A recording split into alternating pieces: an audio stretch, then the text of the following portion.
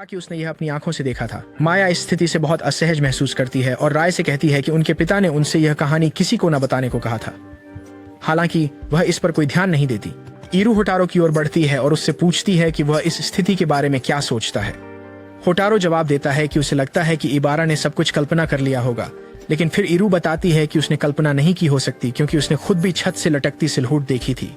होटारो परेशान होकर उसकी ओर देखता है तो वह बताती है कि जब इबारा ने जो देखा उससे डरकर वह जाग गई और जब उसने विंडो की ओर देखा तो उसने भी उसे देखा। होटारो अब भी प्रभावित नहीं होता और कहता है कि उसने भी शायद कुछ और समझ लिया होगा। इससे इबारा गुस्से में आ जाती है और उससे पूछती है कि अगर वह लटकते आदमी की सिलहुट नहीं थी तो उसे विंडो में क्या दिखाई दिया। यह स्पष्ट रूप से ईरू को बहुत उत्सुक कर देता है और वह उसे इस मामले का समाधान खोजने के लिए मजबूर करती है। वे दोनों होटारो के कमरे में वापस जाते हैं जहां वह उससे पूछताछ करता है कि उसने क्या देखा। वे रूम नंबर 7 के अंदर जाकर देखने का फैसला करते हैं और माया से वहां ले जाने को कहते हैं। जैसे ही वह सुनती है कि वे कमरे नंबर 7 में जाना चाहते हैं, वह बहुत असहज हो जाती है और कहती है कि वह उन्हें वहां नहीं ले जा सकती, फिर वहां से भाग जाती है।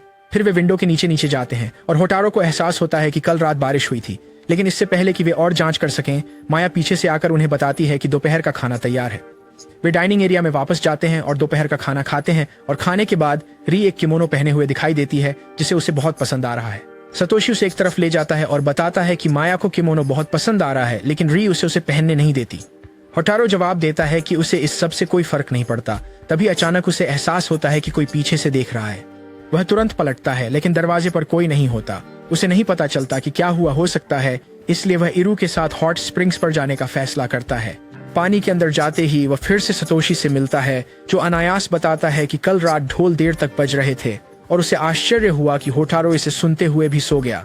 होटारो तुरंत चारों ओर देखता है और पूछता है कि क्या कल रात इस क्षेत्र में समर फेस्टिवल का दिन था, और वह हाँ में जवाब देता है। अंत में ऐसा लगता है कि उसने सब टुकड़े जोड़ लिए हैं। वह ईरू के साथ वापस जाता है और उसे समझाता है कि उसने जिस चीज को कल लटकता हुआ आदमी समझा वह वास्तव में एक सूखते किमोनो की सिलहुट थी।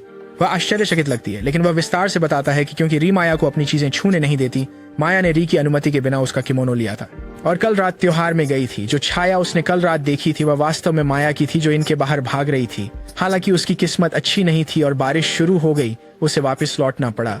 अब जबकि किमोनो पूरी तरह से भीग चुका था, वह परेशान थी क्योंकि माया इसे अगली सुबह जल्दी ही देख लेगी। इसलिए वह कमरे नंबर 7 के अंदर चली गई, यह जानते हुए कि वहां कोई नहीं आता है, और किमोनो को सुखाने के लिए टांग दिया। यही वह चीज थी जिससे एरू और इबारा डर गए थे। अब सब कुछ बिल्कुल स्पष्ट था और फिर से एरू होटारो की विवेकशीलता से चकित थी। उसने कहा कि यह दुखद है कि माया को केवल एक किमोनो पहनने के लिए ऐसा करना पड़ा, लेकिन वह उन्हें दूर से देखती है, एक दूसरे की मदद करते हुए। उन्हें सूर्यास्त में खुश देखकर कि वे कम से कम एक दूसरे की मदद कर रहे हैं, जैसे सभी भाई बहन करते हैं। जबकि होटारो धीरे धीरे चलता है, भविष्य के रहस्यों का डरते हुए।